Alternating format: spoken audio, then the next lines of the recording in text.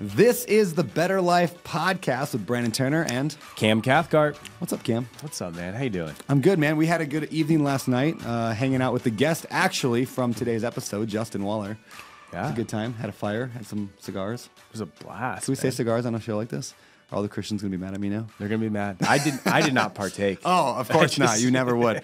Yeah, it was a good evening sitting around a fire at another buddy's house and getting to know our guests even better than we did on the show. Mm-hmm. So now here we are today, the next day, recording the introduction here to let you all know that this is one of those shows you're going to want to listen all the way through. I mean, every show you should listen through, but this one's got so many cool tidbits and just a piece of advice from somebody who's built a multi-million dollar a year business, very successful from nothing, from like scratch, from less than nothing. Yeah. That was solid.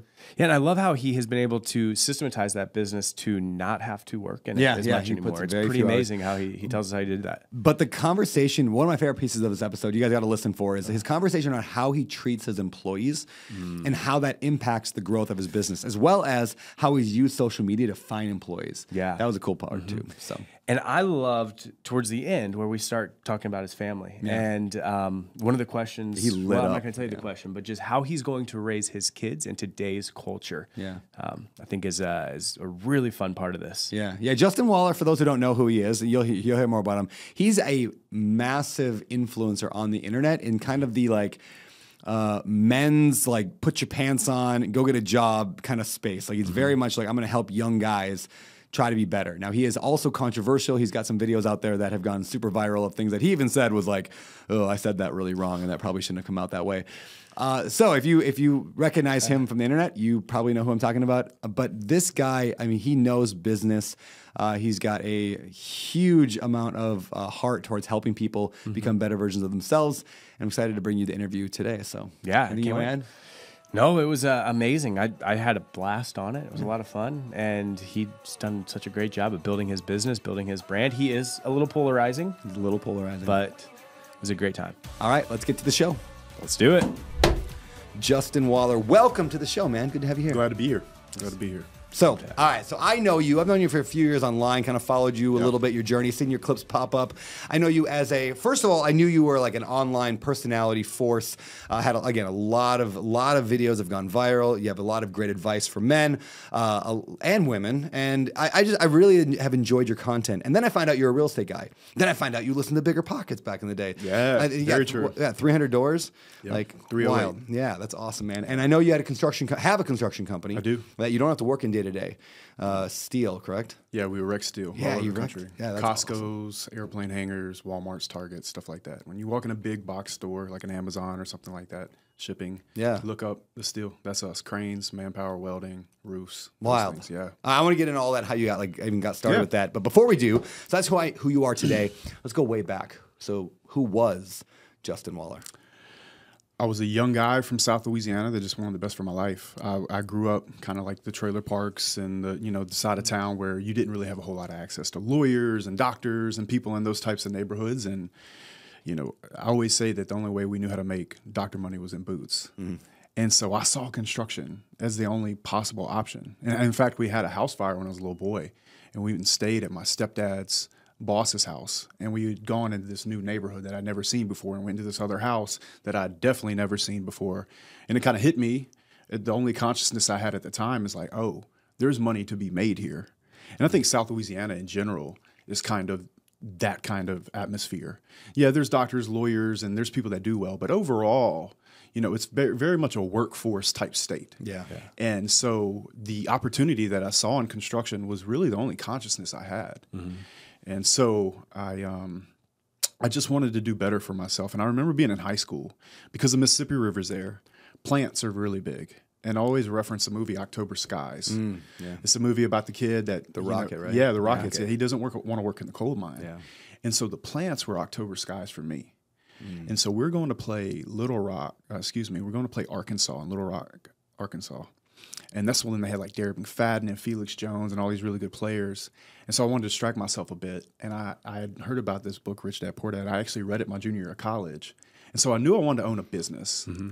And so once I got out of college, you know, I knew it was going to be a matter of time, but unfortunately, I graduated college in 2009. Perfect timing. So, yeah, perfect timing. And I'd been told, you know, if I go to college, get a football scholarship, and do construction management, I'll end up in Dallas making $150 a year. I'll have a sick 401k, a really nice F-150, which to me at the time was like a Lamborghini. You know, like I am from South Louisiana, so you know, I'm like, man, one day I might have a King Ranch, and that's not how it happened. So I ended up digging ditches for a company called Austin Bridge and Road in a small town called Bastrop, Louisiana. And it was a tough time for me because I was coming off a little breakup.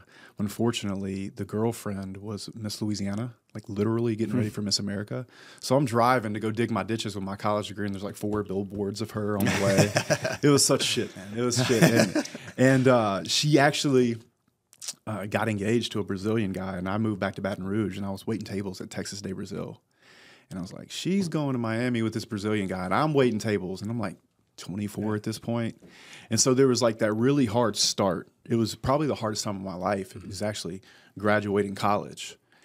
And eventually, after I went to a place 4 times and got kicked out of the job trailer on a job site 4 times, somebody gave me a shot at a job.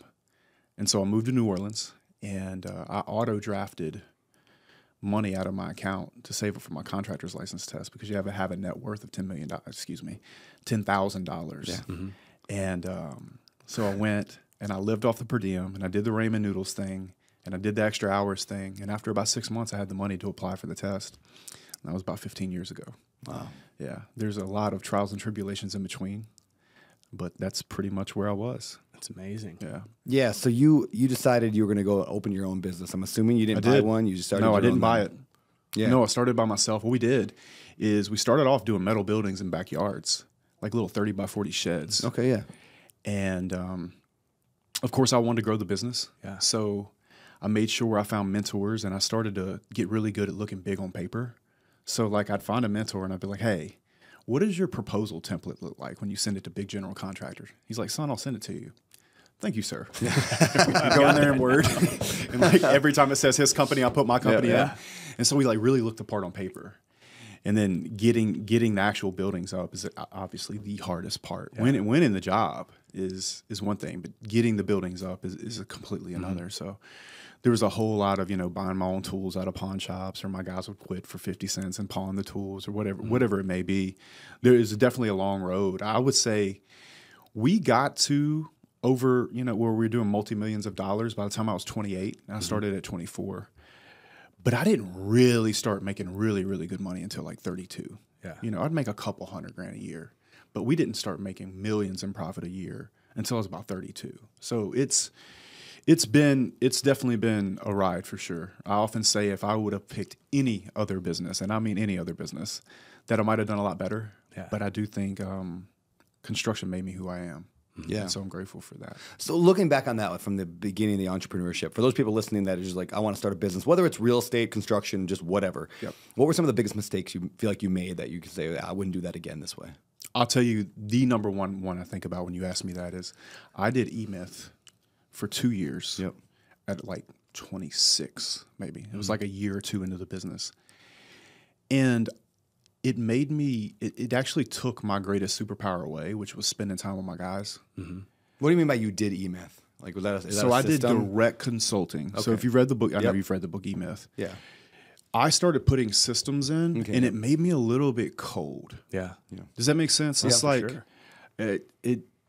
it wasn't about maybe buying the guy's beer as much as it was, okay, I have to build a legitimate company, so I got to look legit, so I got to be the boss, so I got to put this checklist in this system. But the problem is that I can't just hand a guy a system or a checklist without him being part of building it. Mm-hmm. And that was just an ignorance I had at such a young age. Now, if I'm going to build a system, I'm going to pull the people in that are going to run the system and have them help me build it, because they have to be bought into it. And there has to be incentive in it for them and these things. And so I thought that, okay, well, if I pay you the going wage for this job and I give you this checklist, you should do the checklist. Once the checklist is done, we make the exact amount of money that I estimated on the project. That's not how it works. You know, construction management school doesn't get you ready for dealing with the wives. Mm-hmm. You know, dude, we keep up with our main guys wives' birthdays. Send them get their nails done. I need her to like me. Yeah, I need her to be allies with us, because if I need him to go to New York or California or the moon to put up a building, I want her on my side. And I just wasn't there yet. Yeah. You know? Yeah. I just wasn't there. Like, I didn't know. I thought, well, if we put these systems in just like E-Myth, you know, then he'll follow it. We'll never have a mistake. We're good. No, that is not true. Yeah. That's not true. So that's a funny point, actually. The fact that most guys are not going home going, man, like, even if the boss is a good boss, they're not going home going, yeah, my boss is so cool today. He gave me like a beer at the office. They just don't talk about that, even though if it's true. Yep. But when the boss is like, hey, can you work an extra 2 hours? The first thing he's going to do when he gets home is like, yeah, sorry, boss made me work another 2 hours. So all the wife or the spouse ever is going to hear is the negatives. And it's a good reminder for us that have employees to remember, like, we have to overcompensate with some positives, because all they hear is day after day after day. Like, I think of like when I was at Bigger Pockets, I would just complain about like random people that were like, I mean, Josh Dorkin's one of my best friends, but obviously he would do things that would piss me off. So I just go home and be like, yeah, Josh said this today, Josh did this. So then all Heather hears is what Josh did. And then, you know, Josh comes over and we're like, you know, hanging out. She's like, I thought you didn't like that guy. Of course I like that guy. He's like my best friend. That's funny. That's a great point, man. Yeah, and I'll tell you another mistake that compounded interest to that problem is that I didn't stop what I was doing and go sit down, move the desk out of the way, get knee to knee with that guy, and just tell him, hey, man, I love you. I believe in you. I brought you here. I want you to prove me right. And this is what I see, and this is how I see that we can fix it, because I want to be right, because I chose you. Yeah. At the time, I would let there be a communication gap between us. But the longer that communication gap goes, the worse the problem gets, because you both feel the energy. Yeah. It's there. Every human feels that energy with other humans. Yeah. But it's the courageous one. It's the true leader, in my opinion. It's something I had to grow into. Move the desk out of the way. Not the boss anymore. Hey, listen, man, as a person, I want you to succeed. I want you to prove me right, because I chose you. Please let me help you help me be right. Yeah. And I just didn't know to do it. I was too young. Yeah. I was pissing vinegar. Like, I'd get mad, hop on the forklift, start trying to do stuff. It's just something that you have to grow into. It's just even a maturity thing at that time. I think that if I would have known it would have worked, I would have done it. I just didn't believe it would. Yeah. You know, and so I think that's another struggle of young entrepreneurs, particularly for me in construction, being the youngest one in the room, being the youngest employee. In fact, to this day, I'm the youngest employee in my office. We're S Corp, so I employee. Yeah. But, you know, we're in a different place now, because I have, you know, we'll be 15 years next year. Wow. So that's different. And I'm 38. So it's different. At 24, 25, 26, you know, I just didn't see it. I couldn't see it yet. And it got beat into me. Did you have a hard time? Because I know I have a hard time sometimes, especially early on when I was young, instructing people older than me. I almost felt like I didn't have a right. Like, they were my elders. So like, they were a 45-year-old dude working for me as a construction, you know, like supervisor at my apartment. I'm 24 and I own an apartment building, and I'm like, hey, I need you to go do this. But the guy's like, yeah, he's like 45, 50. I always felt weird. Did you ever feel weird that way? I did feel weird. I did, because a lot of the guys, and still there's guys I have now that have been putting buildings up longer than I've been alive. Yeah. My general superintendent, I do think he's one of the best in the world. His name's Charles Coots. Wonderful man, very expensive to take hunting, but I want to keep him.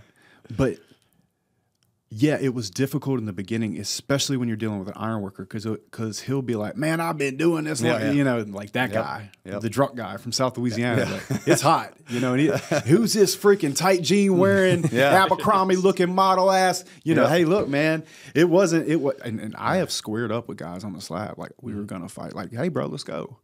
Also, not a good idea. Don't do that. You know, even though you'll probably beat the hell out of the guy, still stupid. Yeah. You know, what did you prove? Yeah. Do you think you established, though, in those situations some level of like, oh, he is one of us. He's willing to push around a little bit, or do you think it just hurt the relationship? Yeah. Like, No. No, it's kind of like one of those things where it's like, I did get a lot of respect when I get fired up. Yeah. What bothered me about that is that I didn't think it was necessary. And I thought it was foolish. And to this day, I still do think it's foolish. Yeah. But there are times, especially when you're dealing with certain avatars of people, you have to speak their language. Yeah. Even when it comes to money.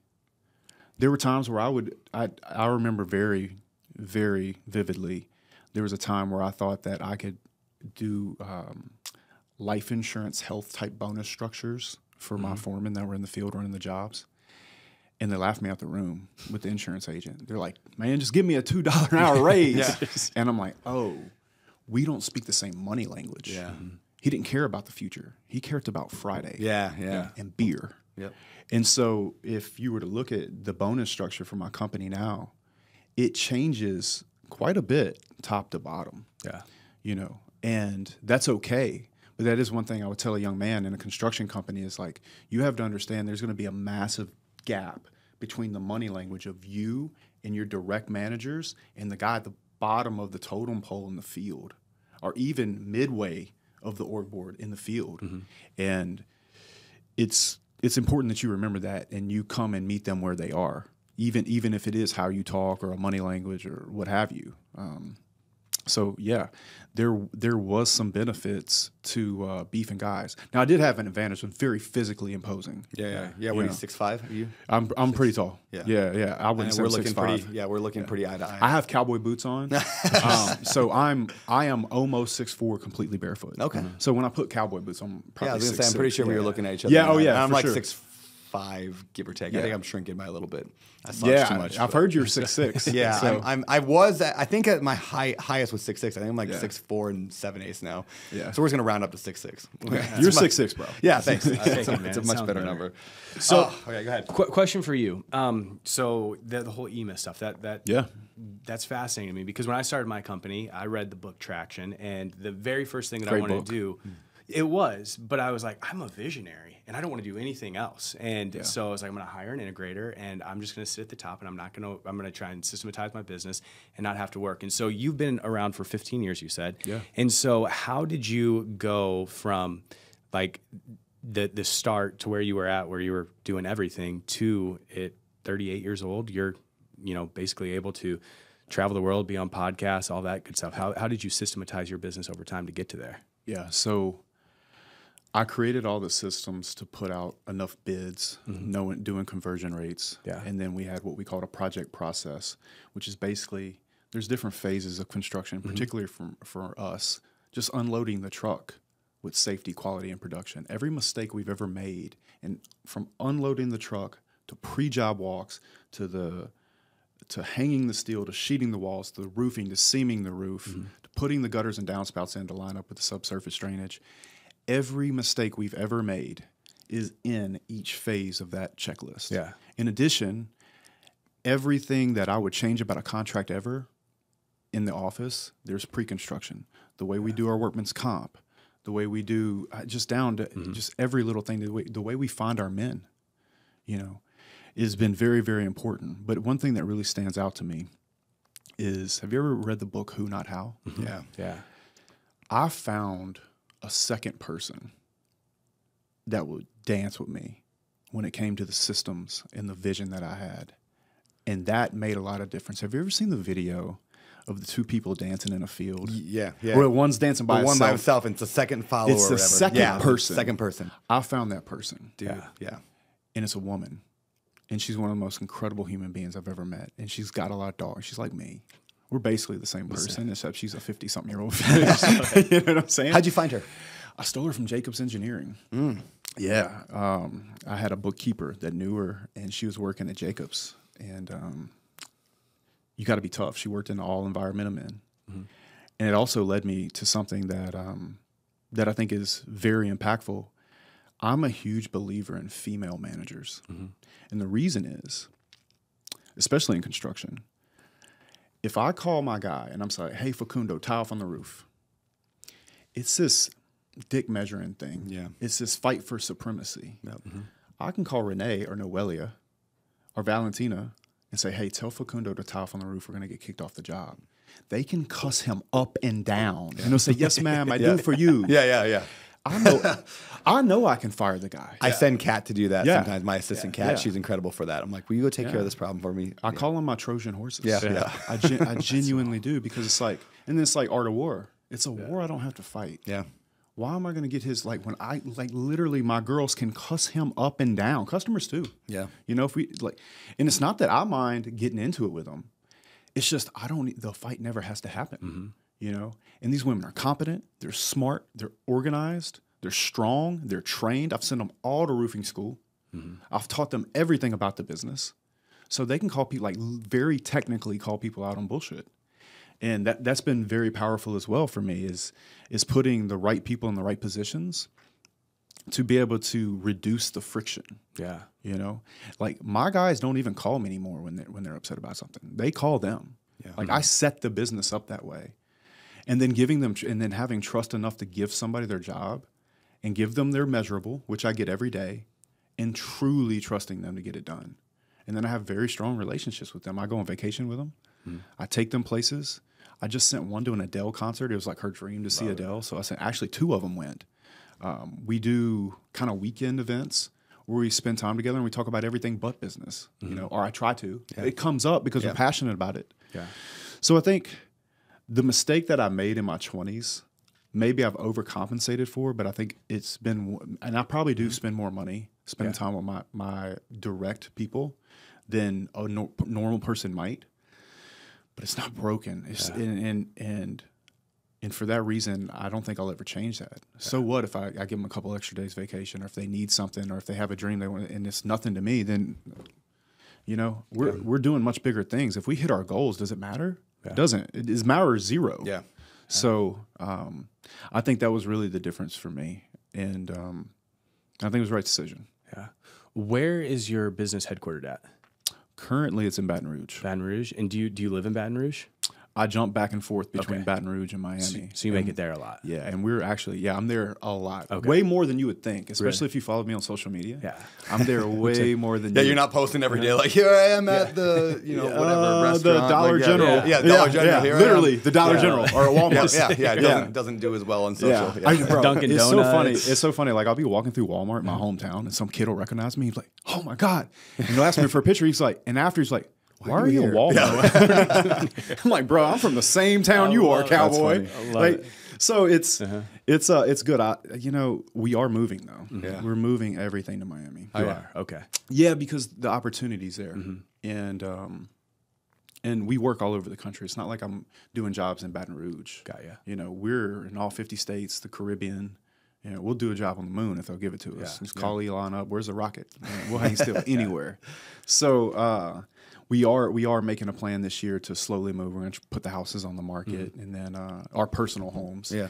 And keep the portfolio there because the portfolio is not even all there. The real estate stuff. Yeah. So I would love to actually get into the real estate here in a minute. But before we do, I do want to get to today's show sponsor. And one thing we do on the show is 100% of the money that comes in from any sponsorship goes right to a charity of the guest choosing. So for today's episode, all the money that comes in from these ads, where are we going to send that money to? What do you care about? Yeah, I actually want you to give it to the same charity that Cody did. Okay. I watched that episode. I'm a big fan of hers. I think she's great. Speaking of smart, intelligent women. And I love veterans, man. Very cool. And so anything we can do for those guys, I want to contribute to. So please give it to the same one. Perfect. Yeah. Will do. All right. Well, that said, this week's show is sponsored by... Hey, quick story for you. About 5 years ago, I went to a real estate event where I met a handful of incredible investors. 2 of them in particular, though, changed my life. Those 2 investors were Brian Murray, Ryan Murdoch. They're now partners with me at Open Door Capital, where we bought over $1 billion worth of real estate. Not a bad ROI for an event, right? Now, why do I share that? Because it's one of the most underutilized tools for real estate investors, events. You can't put a price tag on the relationships you build, new business partners you meet, the knowledge you gain. And that's why I'm excited to tell you about Better Life's REI Summit that I'm personally hosting on May 3rd through May 5th in Denver, Colorado. I'll be there along with a number of other speakers that you might recognize like Ken McElroy, David Green, AJ Osborne, Brian Murray, who I mentioned earlier, and more. The event's going to be the most actionable real estate event ever, with sessions being structured on a how-to basis, so you can walk away with actionable steps that you can actually implement in your business ASAP. Whether you're a new investor or a seasoned investor, the dual-track sessions ensure that you'll be in sessions relevant to your business and experience. If you're interested in learning more, check out reisummit2024.com. That's reisummit2024.com. Ticket prices are increasing soon, so register ASAP to lock in the lowest rate while you can. All right, man. So, real estate investing. Yeah. Why real estate? Like, you got a construction company making lots of money. Why even venture into that world? I wanted layers. Yeah. I told you, I used to, on Saturday mornings, I'd wake up to go visit my construction sites, and I'd listen to Bigger Pockets, and I'd listen to you. And to me, real estate is an insurance policy, so I don't become that guy that had a lot of money one time and ruined it. Yeah. You know what I mean? Yeah, 100%. And I want layers. And I think that people forget about just simple, like depreciation, for example. Depreciation alone, regardless of cash flow, appreciation, all those different things, I need the depreciation. And so, like, when you hear guys like Ken talk about, buying good debt, or Robert talking about buying good debt, that's very real. Yeah. I did a depreciation on my 64 unit last year and got a $600,000 tax break. Yeah, isn't that wild? Yeah, because we did a cost seg. Yeah. Yep. I'll trade $25,000 for a cost seg to get a $600,000 tax break any day of the week. Yep. Just tell me. Yeah. Just tell me when. Like, I'm ready.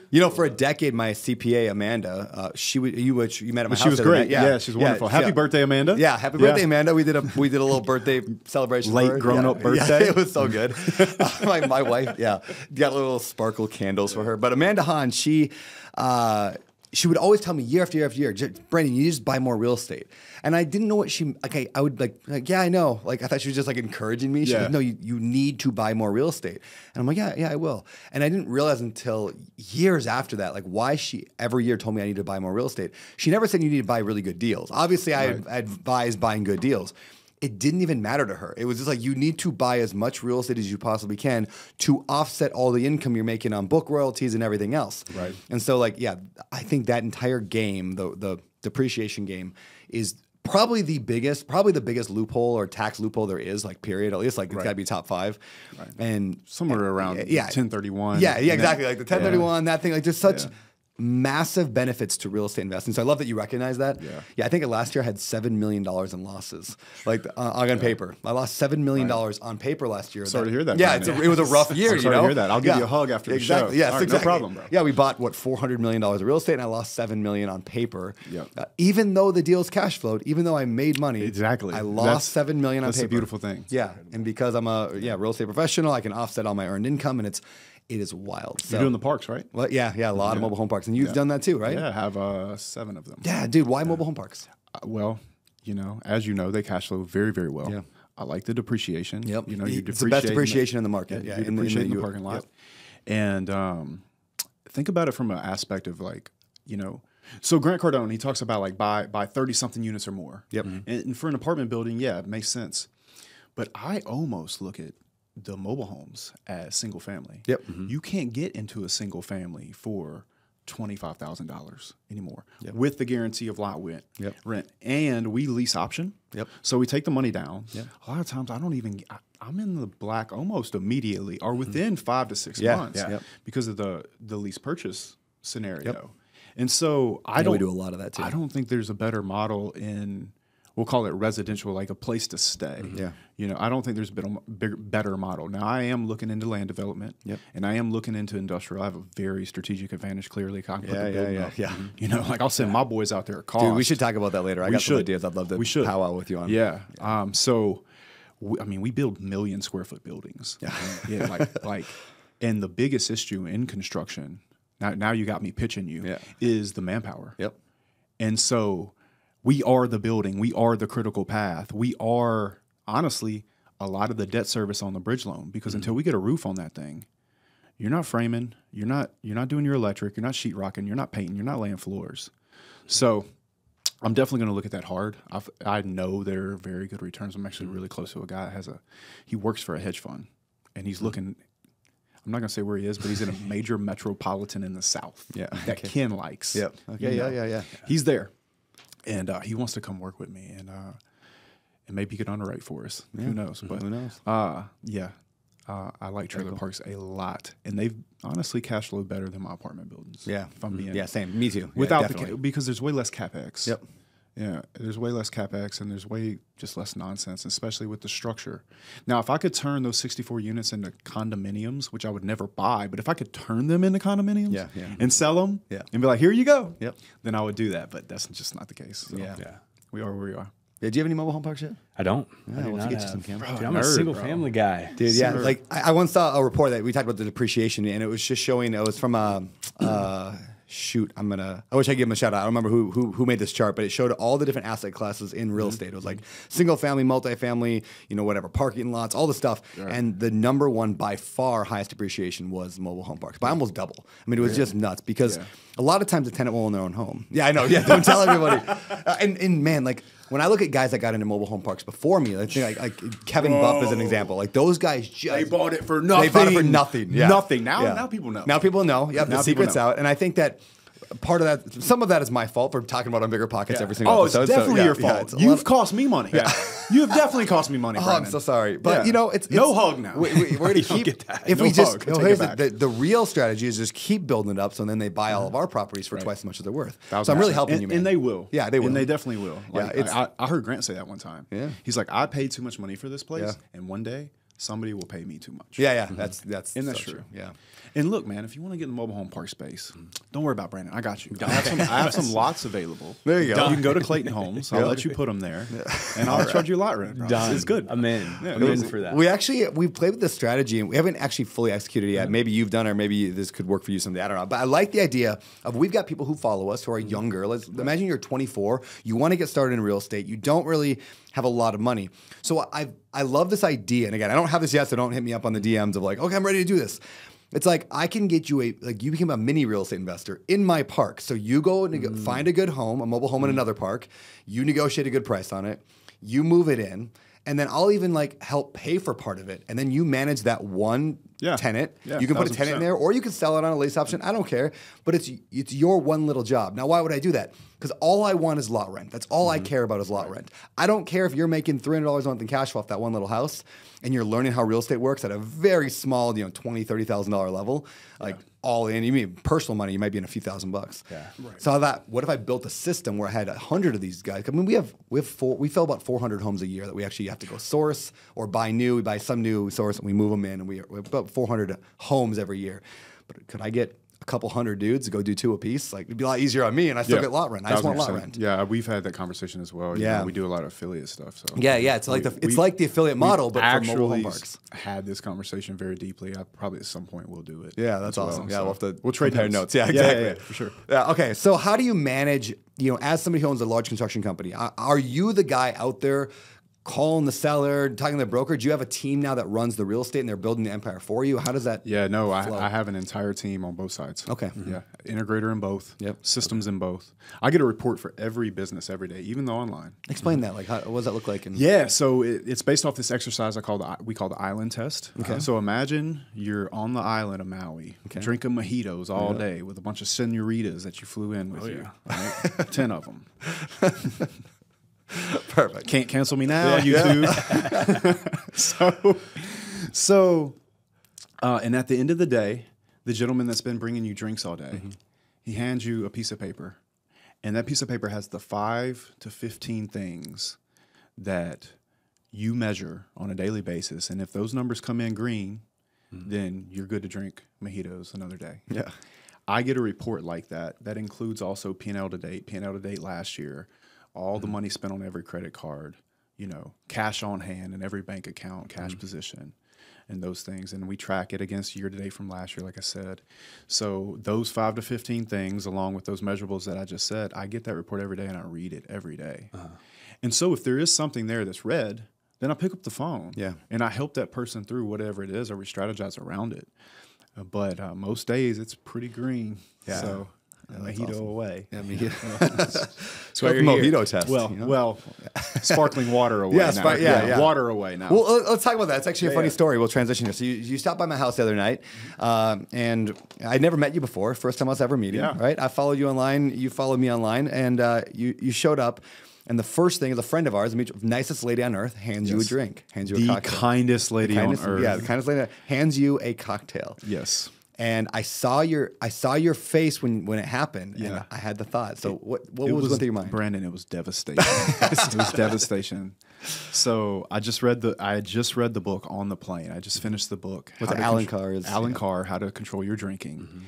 And so in the last part of the book, he said, you're supposed to have your last drink. He's like, get something, make sure it tastes, not good. So I'm like, okay, vodka straight. We all know that tastes horrible. So I get it, and I sniff it, and I smell it, because like the whole thing is like trying to like change your mindset around drinking, like it's poison or whatever. And by the way, let me just preface this by saying I'm not a goody two shoes. I got hammered just last week, so this was me saying, Justin, it's time to read this book, because I saw the Joe Rogan post. Yeah. Joe Rogan. That's why I've been watching Brandon Turner for years. Years. I go into Brandon's house, and there's this very sweet woman that's like, and then I picked these out of my garden, and I put some rum in it, and she shoves it in my face, and I'm just like, FML. Yeah.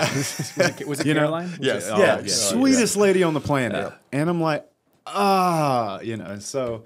But you didn't drink it, man. I didn't drink it. I held strong. So when did you stop drinking? You said you got hammered last week. On the plane. On the plane. Like an hour earlier. Listen, an hour earlier, I was on the plane. I finished the book. I had the last drink. I go to Brandon Turner's house to host Bigger Pod. Like Brandon Turner's house. And I'm like, I'm going to have to turn this drink down to this sweet lady. Brandon's right here. And I'm just like, fuck no, man. You know, you handled it super well. And then we went downstairs, and I mentioned that I stopped drinking. And you're like, oh, thank God. Now we can talk about this. I stopped drinking too. Look, I'm not even sure I'm done drinking. I was going to ask that. Is this a forever thing, or is this just like so the way the book is structured, it is. And to be quite honest, if you look at it objectively, like whether I ever drink again or not, I might drink this afternoon. Who knows? But the man is right about drinking. Yeah. He's absolutely right. You know, so I made a list. Literally, as I was reading the book, I sat down and I made a list. It's in my Evernote, and I said, reasons why I drink, and reasons to drink, and then I wrote reasons not to drink. Right. And on the reasons not to drink, I think I had 30 items on there, and it was everything from like, if I drink, it's going to make my son more likely to drink when he gets older, and then the chance of him having a problem with it is whatever. And like, you know, the alcohol industry has this, and it was like, you know, I'm not as friendly with my wife if I'm drinking, whatever thing. There's a lot of things, right? On reasons to drink, it was like, because I don't want to say no thanks to somebody who hands me a drink. And that was it. Like, that was about it on the drink. Like, there's not actually much more. Not me. I like to party. But that's what that book is really good at. Like, it helps. It helps to make like the questions. It frames it for you in a very powerful like, does way. drinking actually make that night fun, or was drinking there when the night was already fun, and so therefore was it the drink that made it fun, or was it just being in that scenario? Did you not even want to be there, and the drink made it worth going? Yeah. Right. Yep. So. And it made you do something you didn't really want to do anyway, and it actually didn't improve your life that much anyway. So. Right. Exactly. So it's a very good book, and I honestly, I want to read it again, or at least want to go on Reddit and be like, what chapters should I listen to again? Yeah. You know, like when he's making those very powerful points, because they're really, really good. Yeah. And you know, you got to hear something 7 to 12 times. Yeah. So I'm gonna drill it in. Yeah. So we'll see. I took the first 25 days of the month off from drinking. Yeah. And I've never felt better. Yeah. It was amazing. Yeah, it was amazing. I slept so much better. Yeah. I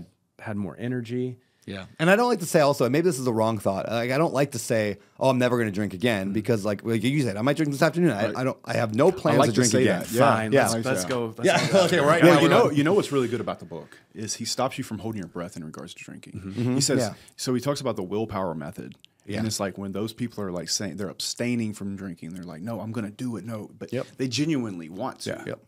This is more of a, no, I actually don't want to drink, and I'm glad I'm not drinking. You know, like you couldn't pay me money to drink, because I genuinely do not want to do it. And here are the reasons why. And I think that's the programming that he did really, really well in the book. Really, I 100% agree. But I'll probably read it again. Yeah. I used to drink peppermint hot chocolate at Starbucks every day for like 3-4 years. My wife worked there, and like when I was in it was so good, man. But now, like, that sounds disgusting. The amount of sugar in that just sounds gross. Like, why? Something changed up here to make me not want to drink. Even like, I gave myself, I was like, okay, every year on Christmas, I'm going to drink a peppermint hot chocolate. The last 2 years, though, I'm like, no. Why would I do that to myself? Like, that sounds awful. So there's just like, that's what I love about the book more than anything else is forget the drinking. You could replace it with any other aspect of life and say, like, it's all up here. Like 1000%. Yeah, it's like any bad habit or even good habit, you can reprogram your brain to think differently. And when you think differently, you act differently. And when you act differently, you change your life. 1000% true. I'll tell you another thing I use on my diet is I tell myself I'm going to eat that later. So I'm going to pass this time, but later I'm going to have pizza. Yeah. And by the time it comes time for me to eat pizza, I don't want to anymore. Yeah. So these things work. It's real. David Carr is good, man. I think he wrote a whole series. He did. Alan Carr. Alan Carr. Yeah. And he the did, whole series. He kind of did like the E-Myth route where he like went and clipped off different everything. Thing. Yeah. It was good. Yeah, I really like that. I started the emotional eating one, I think it was called, and I got like a couple chapters in. It's a very similar concept of like really? overeating. It was just like overeating does nothing for you. It's poison. It's bad for you. Like eating's great, but overeating, there's no value whatsoever. It just reinforces that idea of like and there's no benefit to it. Like you just feel gross and like so it's fascinating. Yeah, he's good. He's truly good. Yeah. All right. So speaking of, you're talking about food a little bit and fitness. You're obviously an in shape guy. You dress well. You speak well. Have you always been that way? Have you always kind of been like, take good care of yourself and present yourself well to the world, or did that change somewhere along the way? Yeah. So I've always been into working out. I was an athlete. Okay. Like I played Division I football. Like we were always going to work out, and I want to be big for the girls. Yeah. I mean, well, think about it. You hit puberty, and you're like, hey, what are the girls like? They like strong, confident, in shape guys. Yeah. So there was that in the beginning, but I got to tell you, on the style, and even the fitness in a lot of ways, growing up in the South, you get a little feedback for that. Mm-hmm. It's a very, growing up in the South is Bible Belt, very be seen, not heard. Yep. Yeah. Humility. Yeah. Like if anybody starts to feel like, I remember there are times where I'd walk in a pair of slacks and a button-up shirt, and somebody would be like, why are you dressed up so much? And I'd be like, bro, we're wearing the same outfit. Literally. And because like when you think about style or looking like a certain, like if you have your body in a certain shape, and the clothes fit you in a certain way, and you look put together, it gives a different appearance. I always say there's a man in a blue suit, and then there is a man in a blue suit. And when he walked in, he's wearing that suit.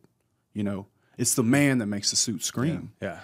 And so for me, I did get some feedback around my diet in the South. Hey boy, why you eat? Why you eating that salad? What is that, seaweed? I get that. Cheesy I get grits, that. Potatoes. Exactly. Well, everything's fried. Right? Yeah, everything in the South. And so I get that. And then when you start dressing a certain way and carrying yourself a certain way, it's like, who the hell do you think you are? Yep. And I had to really get over that to even go on social media. And I would say that was one of the biggest struggles that I've ever overcome, that I can tangibly say.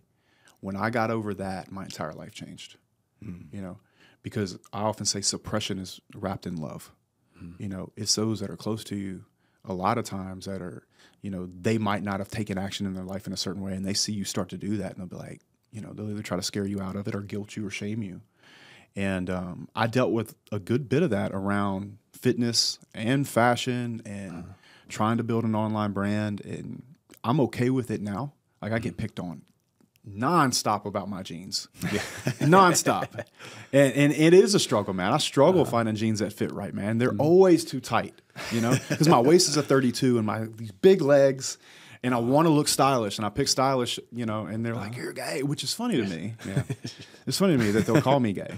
Because normally these are like liberal people that hate me because of my friends. Yep. And it was like, it's funny that you stand up for this, but the first thing that you say to me when you think you're going to hurt my feelings is you call me gay. Yeah. Like, dude, far away. In fact, send your girlfriend to my house. I'm safe. I'm safe, bro. We'll have a sleepover. Don't worry about me. So it is what it is. But I've always really cared about fitness. And the fashion thing is something that I've really acquired. And, I've always tried to do it. But I don't think that it really, really punched through for me until, the last few years. Yeah. It's become something I really enjoy. Where'd confidence come from in you? I believe that, how they say there's introverts and extroverts? I actually kind of don't believe that. I think you get dealt a hand in life, and you look at the cards you have to play, and you say, okay, I'm going to go this route, and then I'm going to work on myself. And so the more you work on yourself, the more you start to believe that you can achieve certain things. I think that's actually where confidence comes from. It's easy for me to walk in a room and be well-dressed and confident when I've spent all that time working on my business, how I speak, my presentation of myself. I think a lot of times you earn confidence. Yeah. Of course, there's people that are naturally confident and maybe don't even deserve, I think they call them narcissists. Yeah. But when you've done the things that you're supposed to do and you are genuinely confident in yourself and even failing, I think being confident is very easy. If I were here and I didn't have the construction company I told you I did, or I didn't have those 300-something doors, it would be very hard for me to look you in the eye and be confident and talk about it. It really would. Yeah. And so I think confidence often comes from the work that you do that allows you to know what your self-worth is and that you should be in a room with certain people and be able to shake their hand and have a conversation with them as a peer, you know, and act like you're big enough for the room because you deserve it, because you earned it. That's genuinely what I believe confidence is. I think it's something that you acquire over time. So what are those guys that are, I mean, what's your advice for unconfident people? I mean, I was in a room recently, there was like 30 dudes in there, and I looked around and I was like, I'm the only confident person in this room. I literally, because I was talking about social media and we were talking about making social media videos. And I was like, there's not a single dude in this room that would feel comfortable right now talking publicly to anybody at all. No confidence at all. 1,000%. What's your advice to those guys? Like these, especially young dudes. Yeah. Go look in the mirror. And I mean this quite literally. Go look in the mirror, look yourself dead in the eyes and ask, what are you scared of? That fear is something that is unknown. That unknown thing is the competence or the work that you're missing. It will literally give you the answer. And then all you have to do is do the work. So, for example, let's say I went and looked in the mirror right now, and I looked in my body and how I am, my physical presence, and I'm like, I'm fat. And that clearly creates an unknown because I don't know how people are going to, you know, look at me. But I know for a fact that if I was in shape, they would treat me differently. Go handle it. I want to do I want to have a real estate company and buy a bunch of property. Go look in the mirror. Oh, I don't understand debt service, net operating income, cap rates. I don't get it. I don't know how to underwrite. I don't understand due diligence, property management. I don't get it. I truly don't get it. Cool. Fear. Go put a light on it. Competence is nothing more than a light that you put on fear. Yeah. But once you have the competence, you can have the confidence to have a conversation about it. Yeah. And so it's really always going to be work, but I think a lot of people are insecure or not confident, and they don't know why. Yeah, it's a fear that you have around a competence that you didn't build, and that's okay. Forgive yourself, man. One of my favorite sayings, and I heard this a while back, and somebody told me, like, you find your fear, kind of like what you were just saying, exactly. Shine the flashlight on that fear. And when I was just starting out, my daughter had some health issues, and I didn't have any money, and so I was worried about like literally raising my family with not making any money, and that was my fear. And just like you said, I looked at myself in the mirror. I'm like, what do I have to do to change this? And so I started listening to Bigger Pockets podcast. And so like I had to learn something else. And then through that, I gained competence, and through that, I got confidence.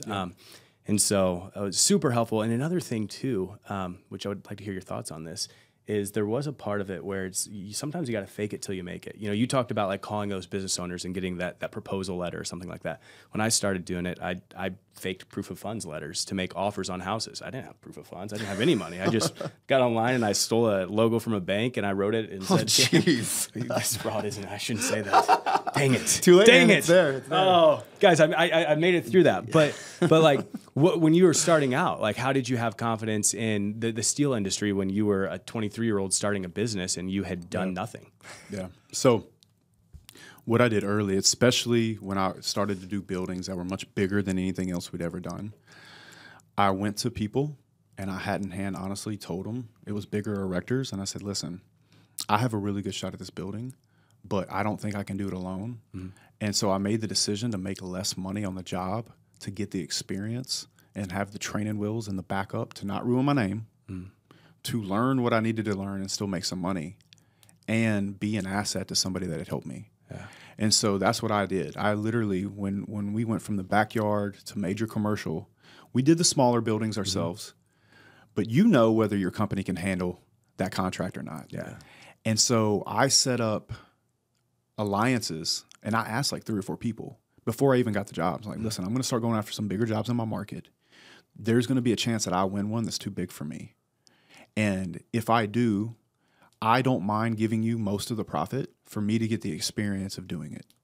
Yeah. And so I wouldn't even look at that as an L. Yeah, I could have made substantially more money, but I also could have lost a bunch of money and worse, ruined my reputation. Yeah. So when it comes to faking it till you make it, I don't know if I necessarily did that, but I did take credit for the job. I put my sign up front. Yeah. You know, so it was kind of a culmination of those things that really helped me when we were growing in construction. And I would do the same thing in real estate today. If I was looking at a deal, because I have a lot of people send me deals, even unsolicited, like people that follow me, like people that really, you know, like my content. They'll send me stuff. If I ever looked at one that I thought was too big, I would probably call you or Ken. Yeah. And I'd be like, you know what, Brandon, this is where I am. You know, I'd like to have a part of the deal, but being hat in hand honest with people and having the humility to do that, somebody that's been doing it longer than you, that you admire, that you trust. Yeah. I don't think there's anything wrong with that. And in fact, I think some of the strongest men in the world can do that, that very thing. Come to somebody that knows more than them, tell them that you're uncertain, but you want to do a good job, and you don't mind if they make most of the money, but help me through this because I want to be like you one day. Yeah. I love how that's the opposite of, or so different from going to that person first and be like, hey, I really want to get into big deals. Will you just mentor me and teach me everything you know? That gets my fucking can I pick your brain today? Go to coffee. Can I ask you a question? Yeah, can I ask you yeah. Instead, you're like, hey, I'm going to get some big deal. You're going to make a bunch of money if this happens. If that happens, can I rely on you? Like, what a different approach. And that's another thing I would like. Everybody wants to be an entrepreneur today.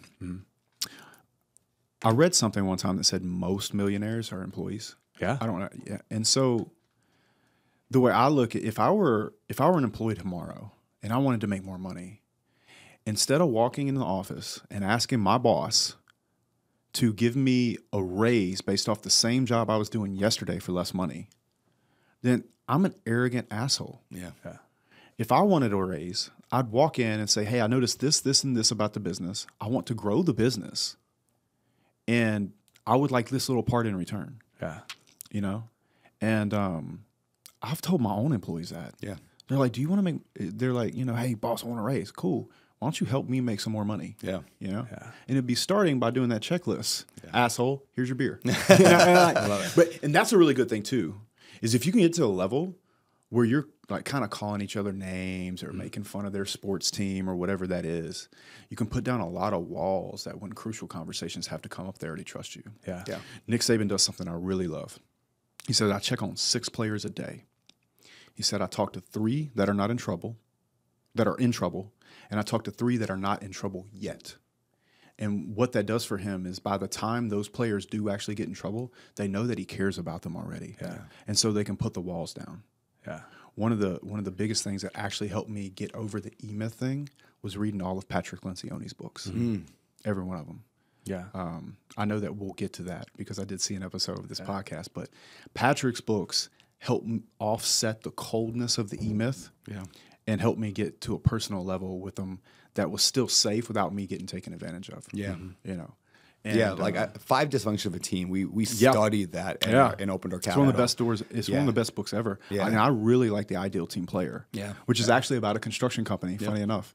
So all of them. Death by Meeting. Yeah. The book about the CEO. It's really good set of books. And I think is Traction not the baby of those 2 books? It does feel Traction's the baby of Rocket Fuel, right? Isn't it? Well, no, it's Traction and then Rocket Fuel. But I'm talking originally. It's like E-Myth.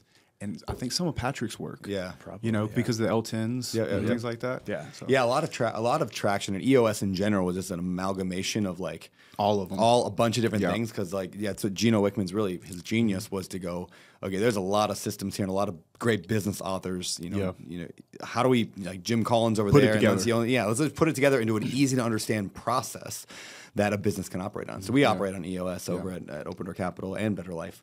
And it's been awesome. Yeah, we have it. I hate rocks. Rocks piss me off so bad. I'll tell you why rocks piss me off. Because I'm like, I don't need 3 months for this. Like if we stop what we're doing right now in the next 48 hours, we can get this done. Yeah. And so what I actually like better than rocks is there's a book called 4 Disciplines of Execution by Chris McChesney.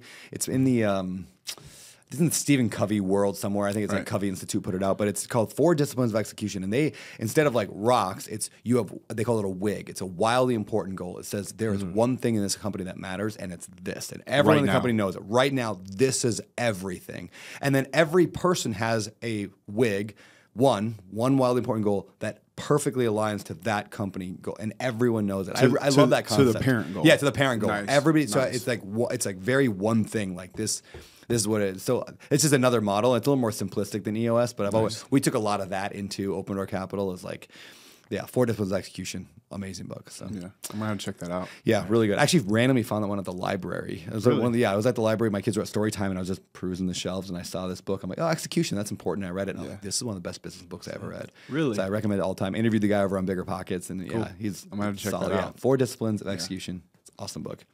All right, man. What's wrong with young men today? If you had to sum up, what's wrong with young men? No pressure. I think they're very disenfranchised. I think that they're coming into a financial situation that's not in their favor. And the girl that they used to be able to have a crush on and date and marry and be with for 30 years has an Instagram. And to no fault of her own, she's seeing all the options of the world. And I think in a lot of ways that's breaking up the nuclear family. I think that the food in this country and many, many other things are setting him up to be fat. Mm-hmm. I think that video games are not helping that. And I think a lot of them are giving up. Many of them are being raised by single mothers. And being a mother is one of the most important jobs in the world. It's one of my most viral clips ever talking about mothers. But having a strong father around is something I think is very, very important for a young man. And they're lost. And so with every generation, I believe that there is a new set of problems and opportunities. And I think the problem for young men is most of their life can be lived inside of a house. When I wanted to kiss a girl in junior high, I had to get off the school bus, go throw my backpack down, find the playground somewhere, or bleachers or whatever, a trampoline, and I had to do it. I had to literally do it. And the power of them not having to do it or just liking a photo, I think that's gone away. So the actual interaction of the young man and the setup of where we are even financially, and that whole dynamic of the feminist movement as well, I think it sets a young man up to be angry, disenfranchised, and I think it makes him want to quit in many ways because he believes that only the top 1% of men can have a family or can get a girl or keep her. And in a lot of ways, there's a lot of unfortunate truth in that. And I think young men are just trying to find the answers. And I don't think there's a whole lot of people there to give those answers to them. And for that reason, I think they're suffering. Yeah. What about women? What's wrong with young women today? I feel sorry for young women, especially the ones that are just hitting puberty, because they are attaching their value to the amount of followers they have. And unfortunately, that follower count is directly, most oftentimes, related to the amount of skin they show online. Yeah. And I think that's a very, very sad thing. And also, the reason that I have such a heart for helping young men is because I believe the more young men that we build that are strong, that take responsibility for their life, that do it anyway, even when it sucks, is going to directly correlate to how many young women we help by handing that man over to that young woman. I don't think that women want to be men as much as society is trying to tell them that they want to be men. Mm-hmm.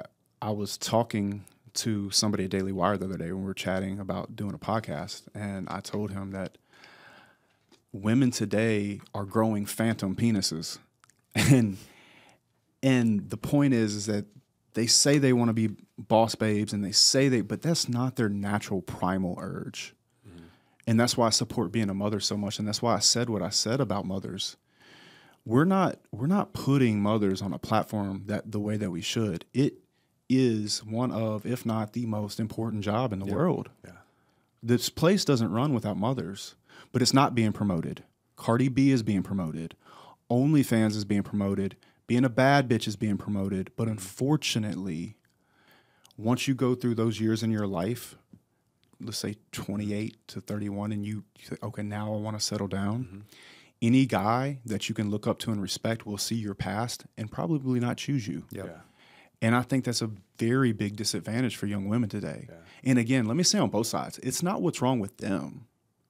I don't think they're wrong. I'm not here to make anybody wrong. I'm not Jesus, bro. Yeah. I'm not judging them. Even the OnlyFans girls, I'm not here to judge them. I think they're in an atmosphere that doesn't lend themselves to be compatible together. Mm-hmm. Yeah. And that's something society would have to fix. So it's not the easiest thing. you know. And do you have kids? I do have 2. You do? You have, and so I have 2 girls. 2 girls, man. Yeah, I have 2 girls. So I've got 2 girls as well. And as they grow up, one of the questions my wife and I, we talk about all the time is, because I agree with you, like social media is going to be so damaging. I mean, it already is. Yeah. And as they get older, it's going to get worse and worse and worse. Like, what are you going to do with your daughters to help prevent that from happening? Are you going to let them on social media? Are you going to... I'll tell you exactly what I'm going to do. I'm going to tell my girls the truth of the world. Hey, listen, I love you. I just want to give you a heads up. If you do this, this, and this, more than likely, you're not going to be taken serious by the kind of man you're going to want when that time comes, right? Number 2, these are the tools that are going to help you in life. I'm going to help you and educate you. I'm going to privately educate my children. I'm going to educate you to put yourself in the best position you can to have the third thing. And I'm going to love you regardless, which is choice. Yeah. If you want to do OnlyFans, I love you with all my heart. Remember the repercussions that I told you about. I'm going to love you anyway. Yeah. I love you. Because if I can't love you, then you can't even trust me in the conversation and believe what I'm saying is real. So you don't have to worry about me loving you, talking down to you, making you feel horrible. I love you. Believe this. This is what's going to happen. Yeah. Even if I had a son that was, let's say he was gay. Yeah. Hey, this is what's going to happen, bro. I love you anyway. I love him. Bring your boyfriend. See you at Thanksgiving, bro. I'm gonna make jokes. Yeah. You know, we're gonna have fun. You call me names back, bro. All good, bro. It's all love. But these are some of the things you're going to face. Yeah. And these are some of the things that I see from people that maybe made the decision you are, and you probably want to avoid that because nobody likes that really. Yeah. You know, like being flamboyant, for example. Like, dude, nobody cares. Yeah. Nobody truly cares. Like, don't make it your identity. Yeah. Take these skill sets in the middle that are going to set you up for a life that you actually want. Get them. Let me help you get these in place. And then you have choice because I'm going to love you anyway. Yeah. The end. That's exactly how I'm going to handle it.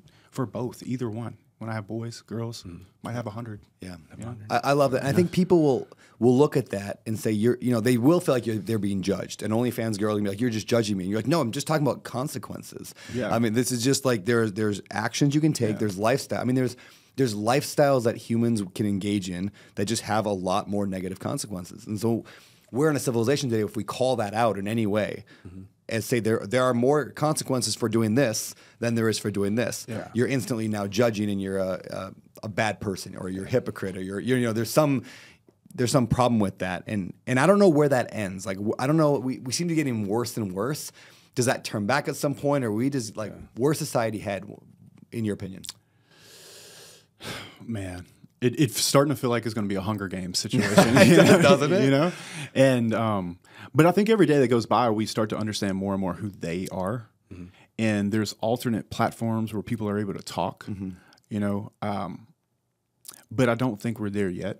I think that there's still a bit of a storm now. I do think this year particularly is going to be one of the craziest years ever. Sure, yeah. You know, it's not just our election; it's like 40% of the world.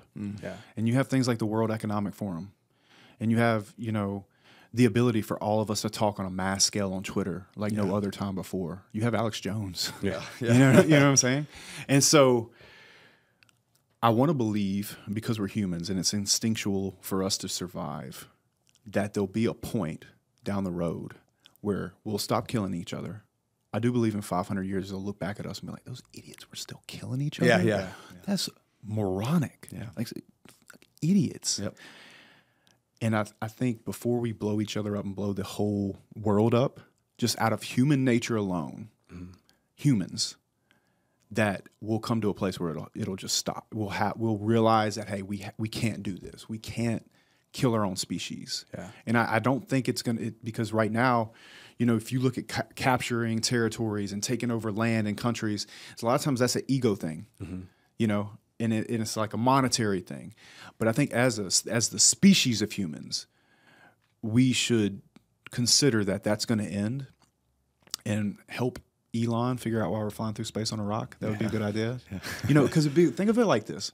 Think if a meteor was coming at the world today. This would be a great movie, by the way. And every country had to launch their nuclear weapons to blow the meteor up. We would be Team Earth very fast, very quickly. And for that reason, I believe that we'll probably end up seeing that day. It might not be in our lifetime. Right now, I think it's going very, very negative. However, I do think as a whole, I don't think we're going to extinct ourselves. Yeah. You know, have you seen that movie Don't Look Up on Netflix? No, I haven't seen it. So is that the movie? It was sort of. It's there is a meteor coming to the Earth. It's an asteroid coming. It's going to blow everybody up, and then it turns into a comical, but maybe not so far off of like. It turns political. Like it's a metaphor for global warming, which is why the conservatives don't like the movie. Jonah Hill's great. Yeah, but it's like we're just not going to look up. If we don't look up, then the asteroid's not coming. It's not there, and like nobody can agree. Every country's different. Every political party is different. Everyone like they start protesting both sides of it. Of like we gotta do something. We gotta not do something. Hey, this is my choice to not do anything. And it's a giant metaphor for global warming. But it's a pretty funny movie. Damn. Yeah, because people just can't agree on anything. My favorite Jonah Hill movie? What's that? Moneyball. Oh yeah, Moneyball. Movie's great. Are you a baseball guy or you're football, right? I played all three growing up. I realized that I was not going to get my school paid for unless I played football. So that's what I did. Love it. Yeah. You mentioned Nick Saban earlier. I was creeping on you before this, and I saw that you starred in one of the biggest upsets that there's ever been in college football. I did, man. I did. That's the Uncle crazy. Rico, the anti-Uncle Rico in me does not like to bring that up. I just don't want to be that guy. Yeah. I just don't want to be that guy. But I did, man. That's amazing. I did. Tell me about that. I don't know anything about this. Yeah, so Nick Saban, he came to Alabama, and we had to play them. And he actually called our coach. He moved the game up to like a 1 o'clock game, and because they had the Iron Bowl the next week. And we rode in buses to Bryant-Denny. And people don't know this about Bryant-Denny, but if you were to Google Earth Bryant-Denny Stadium, in the front there's like these big statues and Nick Saban and Bear Bryant, but in the back it's like a graveyard right by the entrance. So like it's like this, and then you go into their locker room, which is better than our home locker room, by the way. Alabama carpet, flat screens, like really nice lockers, the whole thing. And you walk out of that tunnel on the side, and then you look up and it's just a mountain. There's frat boys throwing beer on you. They would never do that otherwise. 30 feet above you. And man, they turned the ball over 4 times. We didn't have any turnovers, and it was the biggest win in our college's history. In fact, when we got to the state line of Louisiana, there were 30 troopers waiting on us, 15 in the front, 15 in the back. When we got to the school, the mayor was there, the band was there, the whole thing, man. It was a big deal, man. It was a really, really big deal. It was the best day of my sports life for sure. Just like memory-wise. And that's generally what I would talk about is the memories of playing in the big stadiums and in front of all those people. It's very rare that you get to do something in front of 100,000 people. Yeah. So it was something I'll never forget. It was a good day. That's awesome. And it sticks with me, because we could have played them 100 more times and they would have beat the shit out of us. I'm very clear. But lost 99 times. If you stick in something long enough and the ball bounces your way, it's lucky. Well, but is it? Yeah. It's a great point. We executed. We did what we were supposed to do. Maybe we're in the right place at the right time, but it doesn't change the fact we got the W. And I think life and business is that way. I learned more from sports directly about life and business than I ever learned in a classroom. Yeah. It makes you a certain person going through physical pain. So. I love that, what you just said about just sticking in it long enough, and you are going to be successful. And what's that? I'm going to butcher the quote. The whole man in the arena quote. Yeah, you mean that one right there on the giant is that right there? There we go. Look at that. You can't butcher it. It's literally in the room. Whose faces is marred by dust, sweat, and blood, who strives valiantly, who at the best knows in the end the triumph of high achievement. And I say that to say, like, when we got started like in a really, really hot market. And there have been people that have looked at us and been like, you just got super lucky. And I'm like, no, but we actually took action and we did it over and over and over again. And I love that. And obviously that's one of the reasons that you're so successful is because you stuck in it and you did it over and over and over again. So that's amazing. Yeah. There's a metaphor I use a lot where I'll talk about, the whales that are out here in Maui. We were looking at them yesterday. So we'll take our paddle boards out sometimes here and we'll just paddle straight out, good, mile and a half out there. And it takes about an hour and a half to get out there. And you paddle out there, but the whole time, you're getting up at 6 a.m., strapping on the board on your car, driving down to the beach, unloading. It's freezing cold when you first get in, even though it's Hawaii. You just, it's early morning.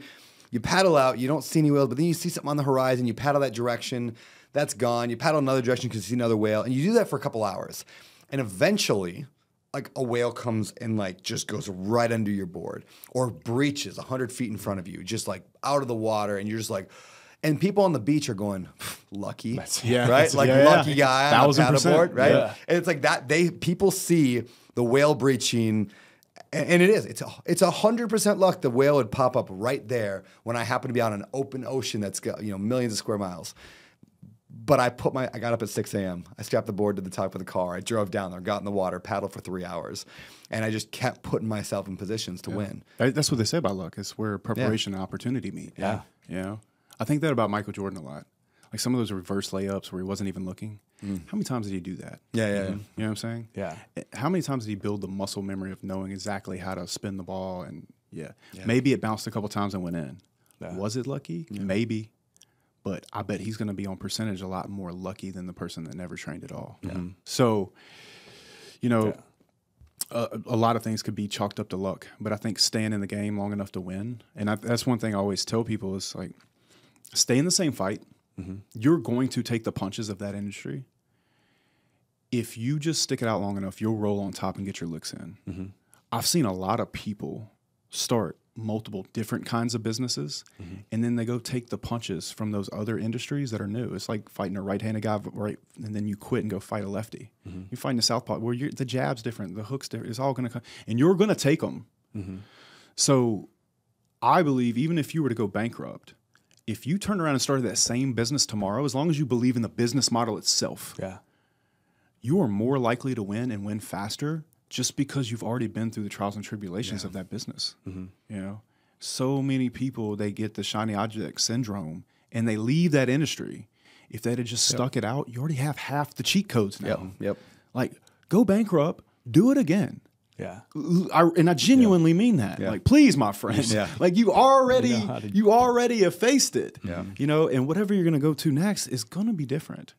And you're going to get that. You're going to take those licks too. You're not special. There's no business that is like super easy. And so, and especially if you're going to be successful at it and take it seriously. So it's funny because when you say that you chose, like earlier you started this interview with kind of like, hey, maybe I chose the hardest industry to get into. When I look at your story from an outside perspective, I'm like, man, he got so lucky. He picked the right niche. You know, like 15 years later, you picked the right niche. It looks like. The right niche. Finally got it. Yeah, you got the magic. I sit over at mobile home parks, and you picked the better one. Bam. It's like it's funny too, is because like I should have went bankrupt so many times. I remortgaged my house to make payroll. You know, I had people not pay me. There was a bunch of, I remember, I'll never forget this. I was at a conference and I pulled one of my mentors aside and I said, hey, I think I'm going to have to go bankrupt. He laughed in my face.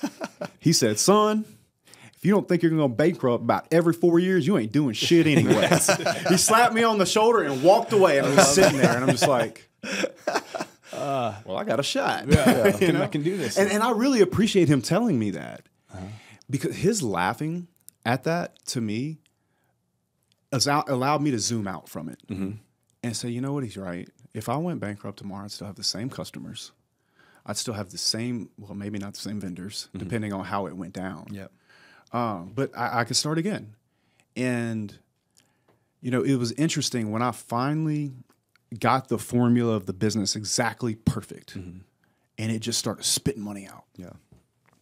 I was like, all those years and you become a multimillionaire in like 18 months. And you're like, damn, what if I'd have quit?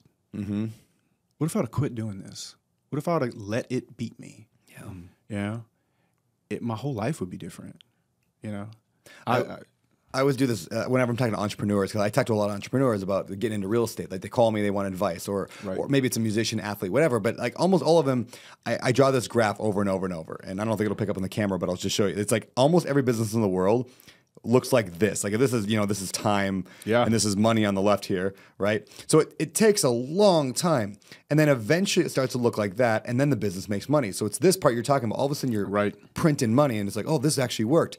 Majority of people quit and they get bored in here somewhere. And here's what I notice is a lot of entrepreneurs, when they're here, they finally put enough systems in. The email stuff is working. They're on this up, like the curve is starting to go up. It's an exponential curve here, and it starts to go up. And they're like, oh, I'm only working 5 hours a week now. Great. Now I'm going to go start something new. And then that never gets to this point because they're just here. So I spend more time talking to entrepreneurs out of real estate than into real estate. Because it's like, in this whole process, for almost every person I know who is a multimillionaire took at least 10 years. It's about 10 years. It's rare that it's somebody like Cam did it in 3 years. Like, good job, Cam. You're weird. Very lucky. How'd you do it? Hard work. Real estate. Real estate. Nice. Nice. Yeah, but real estate is maybe a difference, and I say that only because real estate is not like it's so the same. Like you can literally read a book that tells you exactly what to do in every single situation and then just follow that playbook and you're going to be probably doing okay. Where almost every other business is like the Better Life Tribe that I'm trying to build, this charity, I'm like, this is hard. Like Open Door Capital is easy compared to Better Life. Right. Open Door Capital is like, oh, you just make offers, analyze deals. You know, it's pretty simple stuff. So yeah, almost everybody though else, it's 10 years. I agree. I have something similar, and I compare it to pushing a carousel. You go to push a carousel and you're pushing, and it ain't moving, and you're, and then you start to kind of walk with it, and then you kind of start to slowly jog, and then the next thing you know, you're just stepping back and slapping it as it goes by. You know, but I think you're right, right there in that, right in the beginning of that upward trajectory, especially when they start to make a little bit of money. And they really realize how much of a job they've created for themselves. I think that's the hardest part. You know, you're making six figures, but you are a slave to it, and you're like, man, I could do this for somebody else. And I think a lot of people quit right there. I don't have to answer my phone on weekends. 3 all o'clock in the morning when your house or is the flooded. risk or the stress. There's another side of it though. You know, and I think that's what's really important. Awesome. Hey, if you lost everything today, like you did have to start over, but you didn't have contracts, let's say you just couldn't do with the industry with the steel, and you didn't have your Instagram's gone, your YouTube's already gone, which I want to talk about. Like, what would you do? What would you pursue today, business wise, if you were just going to have to rebuild your wealth from nothing? I would definitely do something that had a return on investment of energy. What do you mean by that? So the construction industry is hunt, kill, hopefully make money, and then you're right back to hunting. But let's say insurance sales, for example. You hunt, you make a sale, you build a relationship, but then it pays you residually. You know, in construction, it's not really like that unless you did like maintenance contracts and things of that nature. Now, you can get these big chunks of money and you can build systems where it kind of feels that way, but it's actually not. And so I would do a business where there was some sort of residual income and that I would be getting paid for the amount of energy it took to make that sale again and again and again, so it could compound for me, especially at this point in my life, you know, where, you know, it would be paying me into my older years of my life. It's like when I finally get there in the next 20 years, let's say. So I would do something with a high return on investment of energy. I can see why real estate would appeal to you then, because that's like very real estate much, is, right? Like we hunt a deal.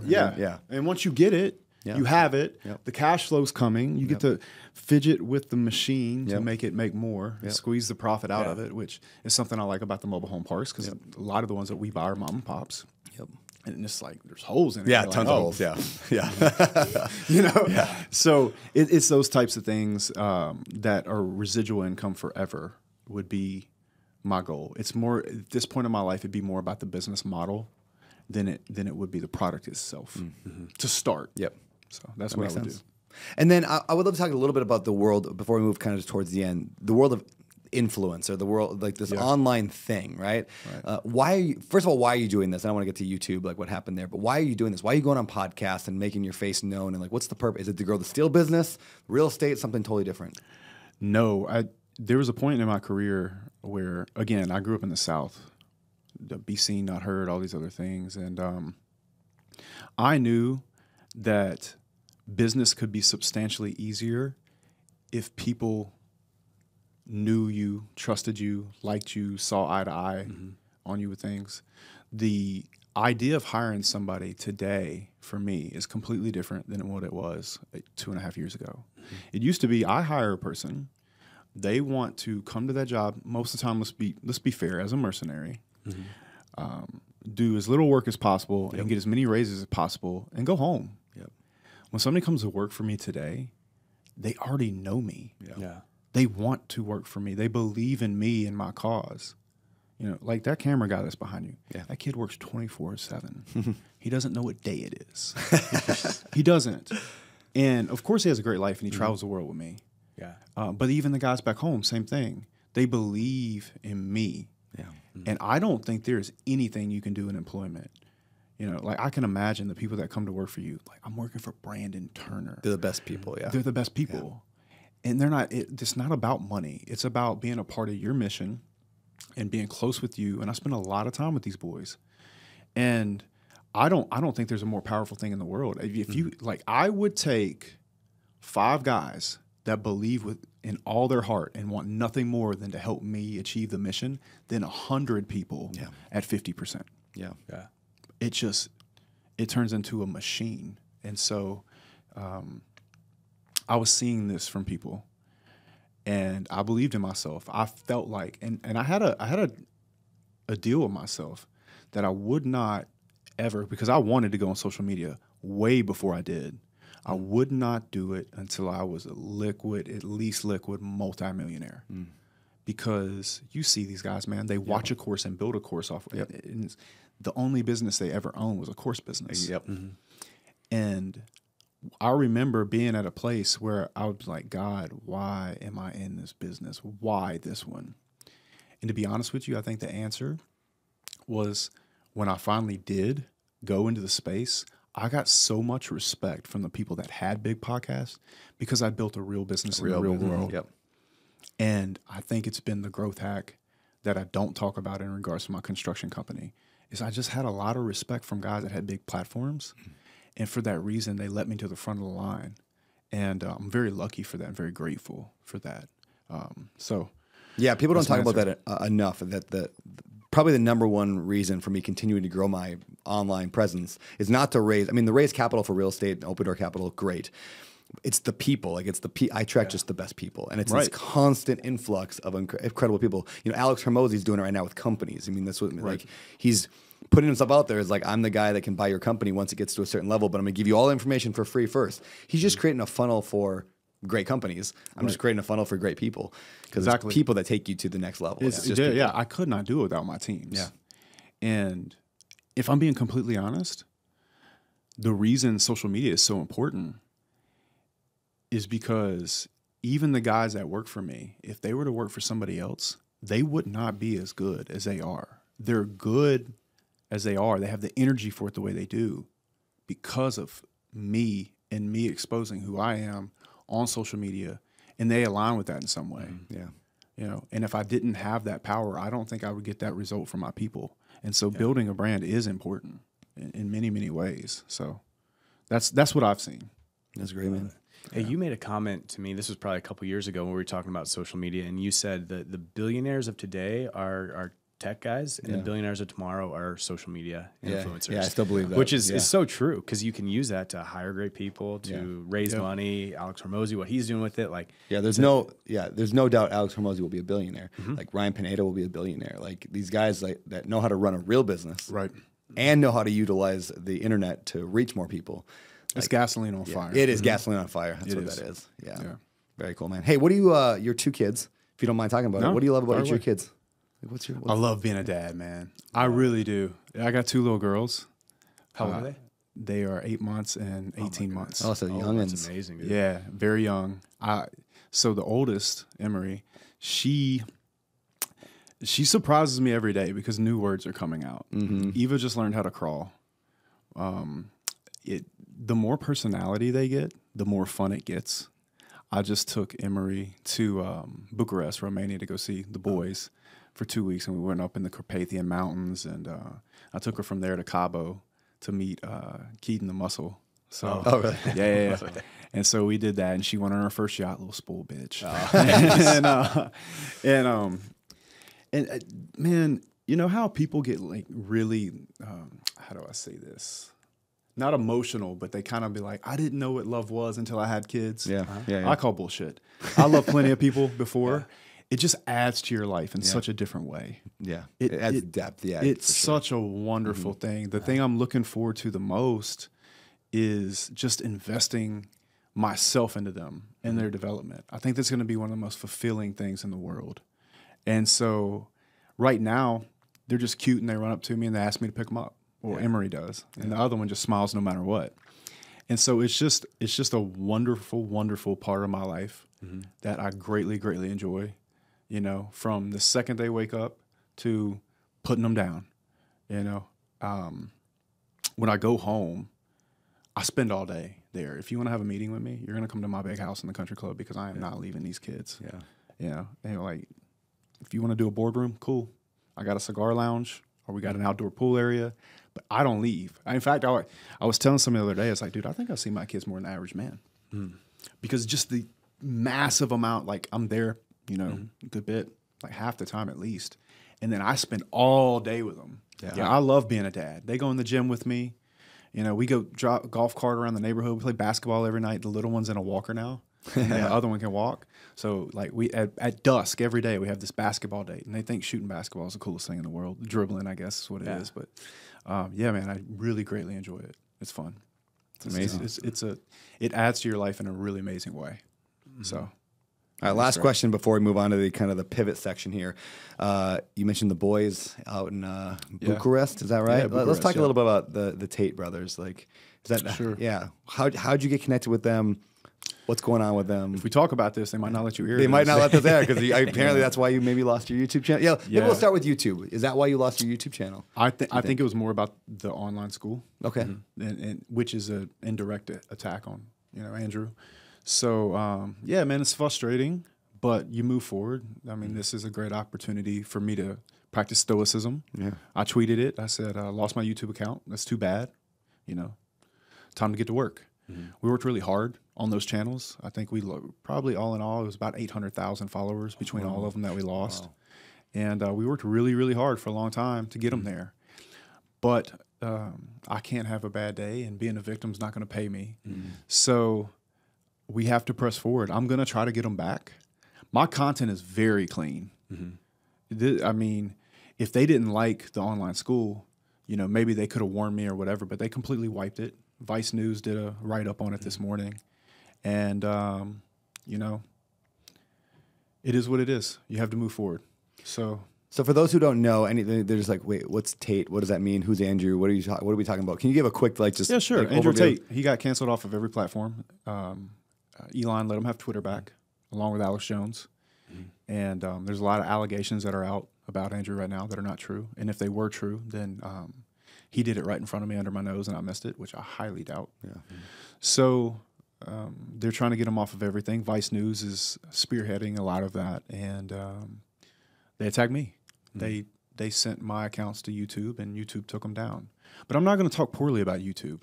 If YouTube thinks that they're doing the right thing or did the right thing, then or got the information they got, the only thing I would say to YouTube is watch my videos. Watch what I'm saying to these young men.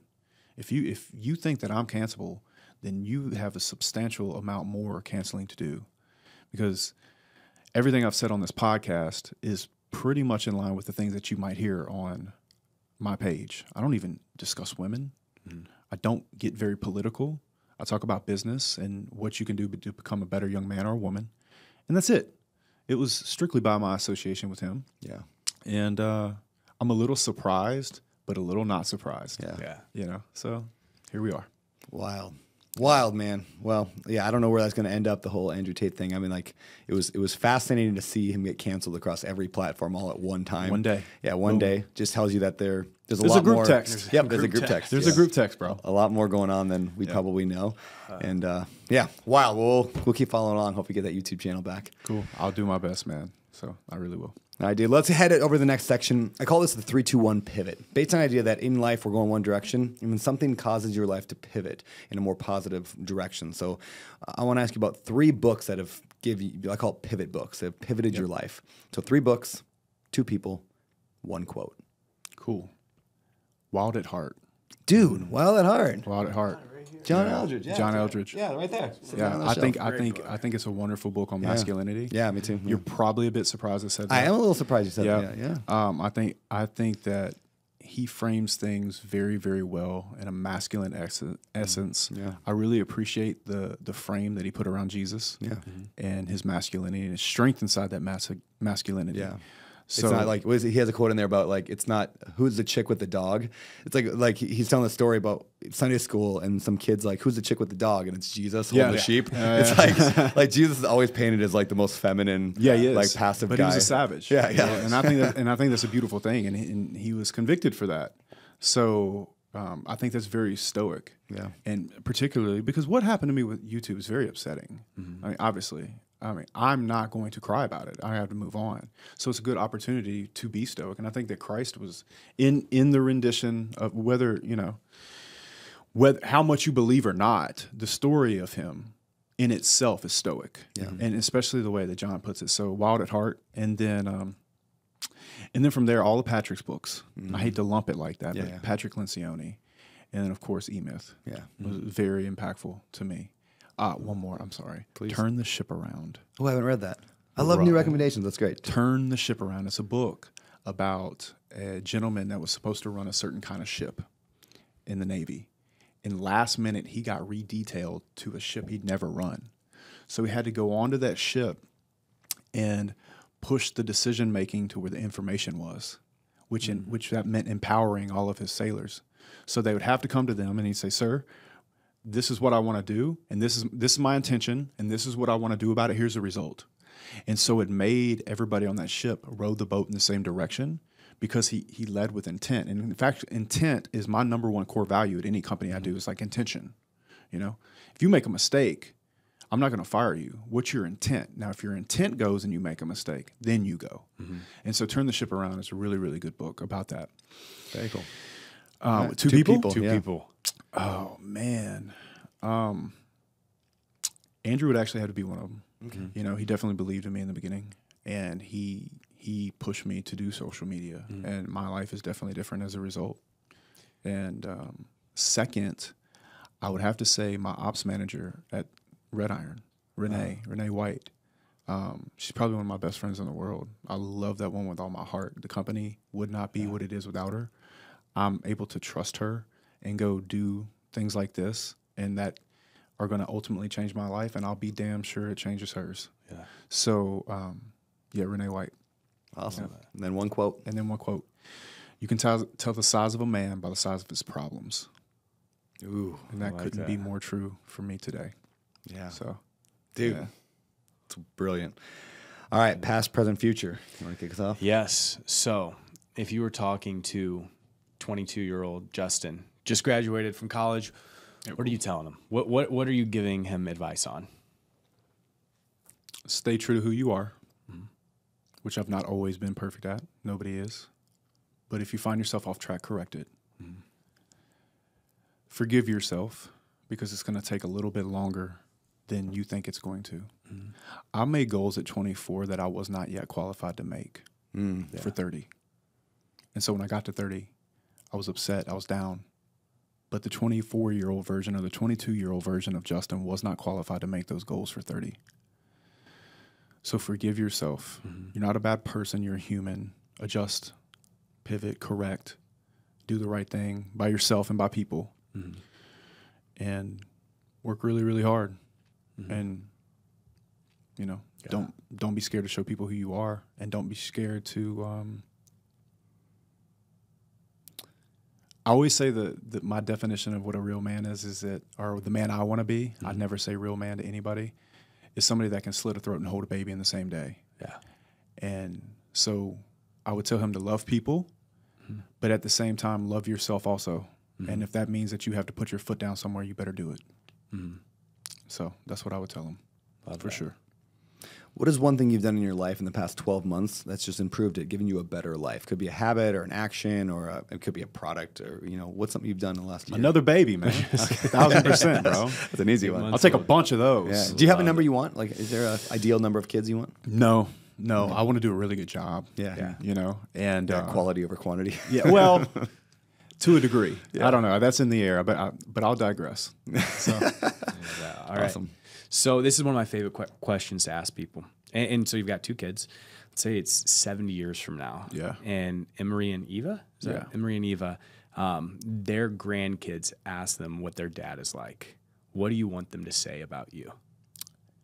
He had a relentless heart in both directions. He could be as kindest person on earth, but he loved boldly. I believe that real love is dark. And what I mean by that is, if I really love you and I really care about you, I'll confront you and stand in your fire when you're making a mistake. Many people will let you walk out of the room, and then they'll talk about you when you leave.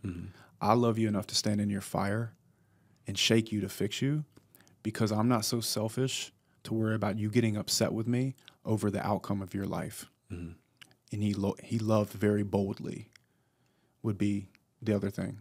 He would love you boldly, despite the outcome for him. That's that's all you can ask for, dude. Amazing. All right, let's wrap things up. 2 questions. First, what are you excited about? What's coming up in your life? Maybe business-wise or personal? It just is. Gonna try to get my YouTube back. Okay. Gonna do my best, man. I'm not gonna talk poorly about them. I'm just gonna see what it takes to get it back, hopefully. And I'm looking at starting a fund myself. I've already done the paperwork. I've worked very closely with Mauricio and make sure I build that team right, so we keep every promise I ever make. And that's all I want to do. If I do that, man, we'll be fine. Love it. Brilliant. And then last question for you: Where can we find you? Where people? Yeah, you can find me on Twitter. Not YouTube. Not YouTube. I was about to say not YouTube. You know what, right that's now, okay. guys. Salt on a paper cup. No, all good, man. I love you, YouTube. I love everybody that hates me, man. Yeah, if they do. Yeah, it doesn't serve me to do that. Waller7J on Twitter, and then JustinWinnWaller.com. Okay. And so it's Justin, Justin, and then Winn, Winn, Waller.com. Okay. That's just actually my name. My middle name's Winn. Are you pretty active on Twitter? Yeah, I'm pretty active. Yeah, we post multiple times a day. I think we have like 350,000 subs on Twitter. Yeah, where do you mostly consume? Like, what do I you consume? Social media. YouTube's the best, man. Okay, yeah. You can learn everything on YouTube. can do everything. YouTube is the best, bro. It's like, look, We were nerding out over history shows on. Dude, useful charts. Yeah, I'm telling useful you. charts. And then Johnny Harris. Yeah. Hey, look, Johnny Harris, I'm pretty sure is pretty liberal. Yeah. But dude, he's talented. He's good, man. He's really good. So Yeah, YouTube's incredible. it's a great All place. right, man. Thank you so much for being here today. I'm glad to be here. Yeah, it was fun. Awesome. All right, guys. Hey, it was a blast. And that, my people, is the show. Thank you for tuning in. I hope you enjoyed the insights from the episode. And hey, before you go, if you enjoyed this episode or you enjoy the show in general, please consider leaving us a rating and a review wherever you listen to podcasts. We really do value your feedback, and we read your comments to make future decisions about topics and guests and everything else. Plus, it helps us reach more people the more reviews we have. And last but not least, please head over to social media and consider friending, following, subscribing, and all that stuff to both Better Life at Better Life over on Instagram and my own personal at Beardy Brandon for more. That's Beardy with a Y at the end of it, Beard with a Y, Brandon on YouTube, Instagram, everywhere else. Thanks again for listening. I am honored that you would bring me along on your journey to building wealth without losing your soul. This show has been a production of the Better Life Tribe, copyright 2024. Our producer is Kevin Leahy with Podcast Point Man. Our videographer and all-around talented video guy, Carson Smith. My co-host is the amazing Cam Cathcart with DealFlowRealEstate.com. And finally, this show has been all about living a better life. But if you want my spiritual answer to what it takes to live not only a better life, but the best life, head over to abetterlife.com/best life. I got a 13-minute special video for you there. For the Better Life Tribe, my name is Brandon Turner, signing off.